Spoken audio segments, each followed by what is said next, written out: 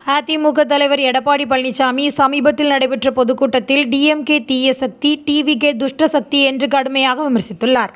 அவரது இந்த கருத்து தமிழக அரசியல் வட்டாரங்களில் பெரும் பரபரப்பை ஏற்படுத்தியுள்ளது. எடப்பாடி பழனிசாமி கடந்த கால மு.க.ஸ்டாலின் தலைமையிலான டிஎம்கே அரசு மாநிலத்தில் ஊழல், சட்டம் ஒழுங்கு குறைபாடு மற்றும் மக்களின் நலன்களை புறக்கணித்தது என்று குற்றம் சாட்டினார். அதே சமயம் தமிழக வெற்றிக் கழகம் அரசியல் அனுபவமின்றி மக்கள் மனதில் குழப்பத்தை ஏற்படுத்துகிறது என்றும் அவர் தெரிவித்தார். இந்த கருத்துக்கள் டிஎம்கே மற்றும் டிவிகே ஆதரவாளர்களிடையே கடும் எதிர்வினையை தூண்டியுள்ளது. டிஎம்கே தரப்பினர் அதிமுக தானே ஊழலில் சிக்கிய கட்சி என்று பதிலளித்துள்ளனர். டிவிகே ஆதரவாளர்கள் மக்களின் ஆதரவை பெறும் எங்கள் இயக்கத்தை பார்த்து பயந்து பழனிசாமி இவ்வாறு பேசுகிறார் என்று குற்றம் சாட்டியுள்ளனர். தமிழக அரசியல் சூழலில் எடப்பாடி பழனிசாமியின் இந்த கூற்று எதிர்கால தேர்தல் அரசியலுக்கான முன்னோட்டமாக கருதப்படுகிறது. டிஎம்கே, டிவிகே, அதிமுக ஆகிய 3 தரப்புகளும் மக்கள் மனதில் தங்களது நிலைப்பாட்டை வலியுறுத்தும் நிலையில் அரசியல் சூழல் மேலும் சூடுபிடித்துள்ளது.